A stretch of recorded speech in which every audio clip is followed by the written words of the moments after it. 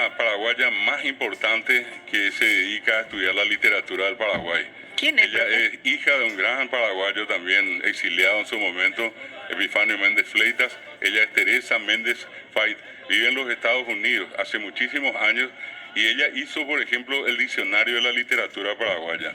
Rescató los nombres de, creo que son más de 600 escritores paraguayos de todos los tiempos, en castellano, guaraní, la biografía, las obras, un trabajo pero enorme. Y aparte de eso comenzó a publicar libros sobre la poesía, sobre la narrativa, sobre el teatro, la literatura infanto-juvenil.